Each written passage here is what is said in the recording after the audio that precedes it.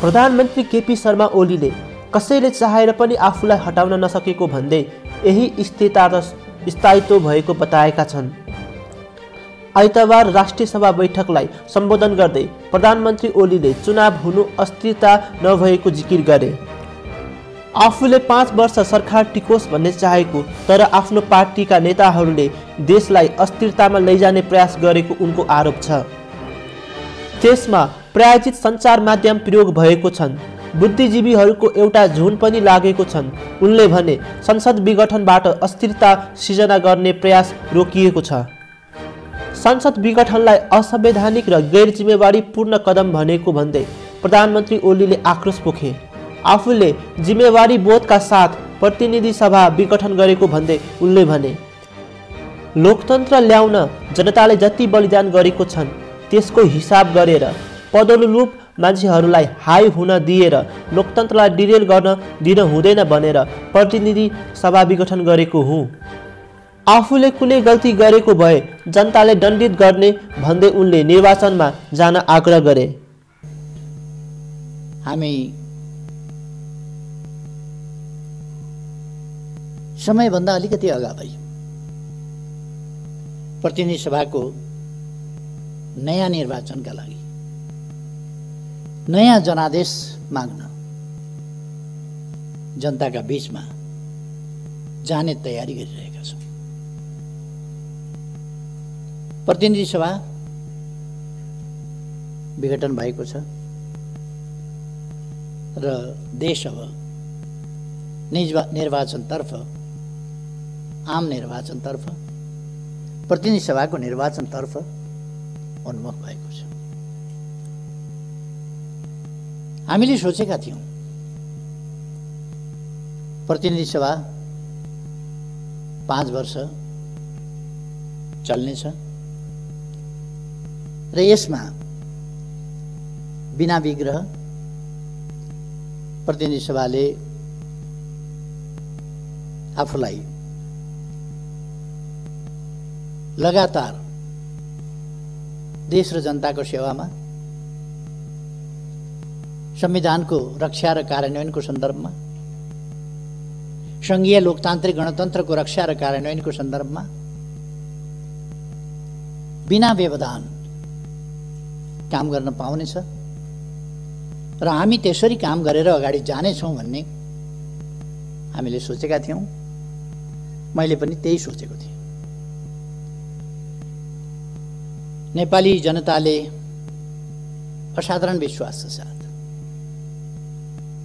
अत्यन्तै स्नेहपूर्वक हामीलाई जुन अभिभारा सुम्पिएका थिए त्यस अभिभारालाई हामीले कर्तव्यनिष्ठताका साथ संविधान सम्मत ढङ्गले लोकतान्त्रिक प्रणालीका मूल्य, मान्यता र अभ्यासका सकारात्मक र उन्नत पक्षहरूलाई प्रयोग गरेर सरकार अघि बढिरहेको थियो। तर हामी सबैलाई थाहा छ सरकारलाई काम गर्न दिने वातावरण बनेन, सरकारलाई काम गर्न नदिने, सरकारलाई काममा व्यवधान खडा गर्ने, जहिले पनि झमेला मात्रै सिर्जना गर्ने, केही व्यक्तिका व्यक्तिगत आकांक्षाहरू, महत्त्वाकांक्षाहरू र पदलोलुपता जस्ता कुराहरूले राष्ट्रिय राजनीतिलाई नै प्रदूषित गर्न खोज्ने,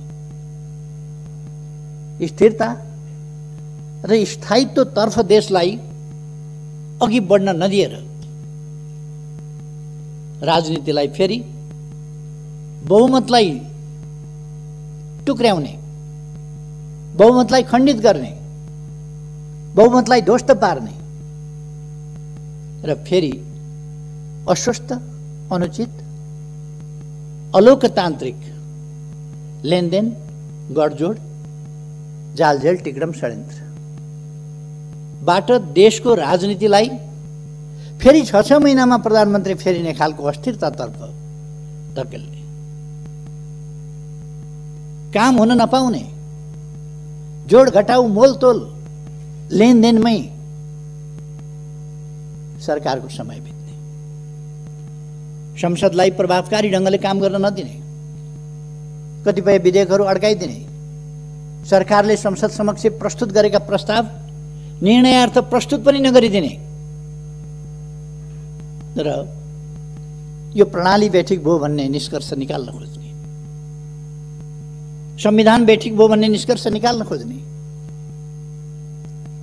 संघीय लोकतान्त्रिक गणतन्त्र चल्ने व्यवस्था होइन, यो चल्दैन भन्ने निष्कर्ष निकाल्न खोज्ने त्यस्ता प्रयासहरू भए। मैले धेरै प्रयास गरेँ, धेरै कोसिस गरेँ। वर्षक 5 वर्ष सरकार टिकोस्। स्थिरता र स्थायित्वभन्दा साधारणतया जनताले जे बुझ्छ, जनताको इच्छा थियो 5 वर्ष सरकार टिकोस्। 5 वर्ष सरकार टिकोस् भन्ने हो, सरकार परिवर्तन होस् भन्ने होइन जनताको इच्छा। अस्वस्थ ढङ्गले सरकार परिवर्तन हुनुलाई स्थायित्व र स्थिरता भनिँदैन। लगभग 2/3 प्राप्त सरकार सञ्चालन गर्ने दलभित्रै चरम अस्वस्थताको स्थिति, त्यसले अत्यन्तै असहज वातावरण। मैले अस्ति केही आँकडाहरू निकालेँ, मलाई आफैलाई अचम्म लाग्यो। गएको वैशाख 13 गतेदेखि अस्ति पुष 4 गतेसम्मका बैठक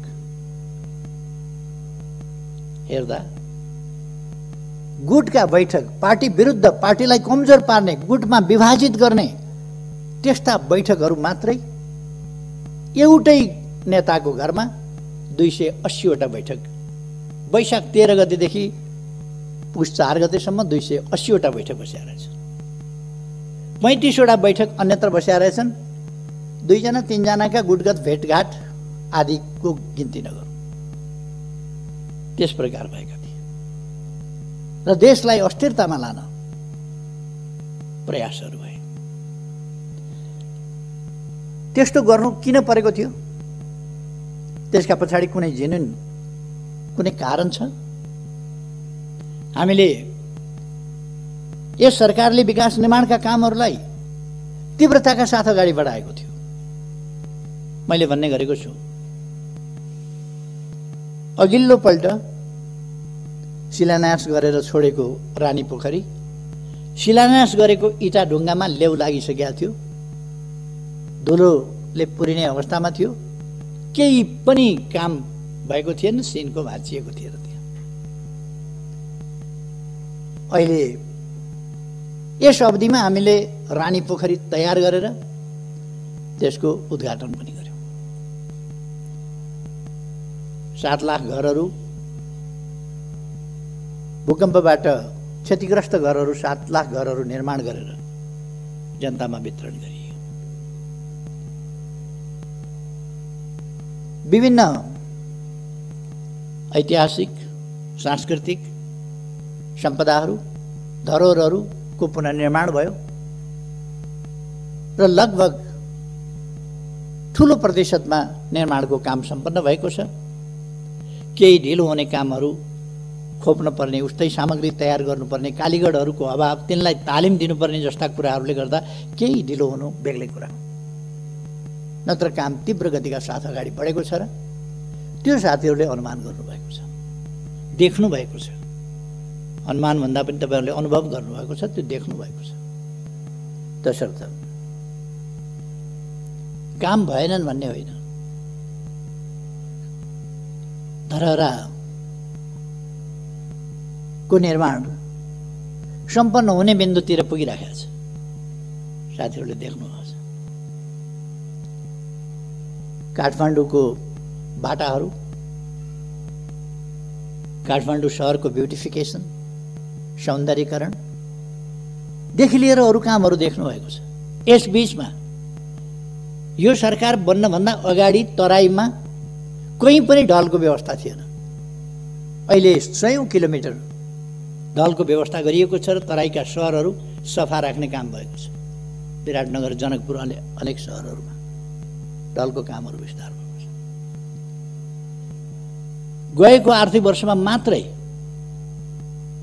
लगभग 6000 हेक्टर जमिनमा थप सिँचाइको प्रबन्ध भएको छ। विद्युतीकरण 92% भन्दा बढी विद्युतीकरण भएको छ विभिन्न ढङ्गले। सडकहरू गएको एक आर्थिक वर्षको कुरा गर्ने हो भने कोभिडले 4 महिना, अन्तिमका 4 महिनाहरू कोभिडले बर्बाद गर्यो, तैपनि 979 किलोमिटर सडक कालोपत्र गएको वर्ष मात्रै भएको छ। जम्मा 4500 भन्दा बढी किलोमिटर कालोपत्र भएको छ। डबल लेन, 4 लेन र 6 लेनका बाटाहरू, काफी कामहरू भएका छन्। कृषिको आधुनिकीकरणको सम्बन्धमा, व्यवसायिकीकरणको सम्बन्धमा कामहरू भएका छन्।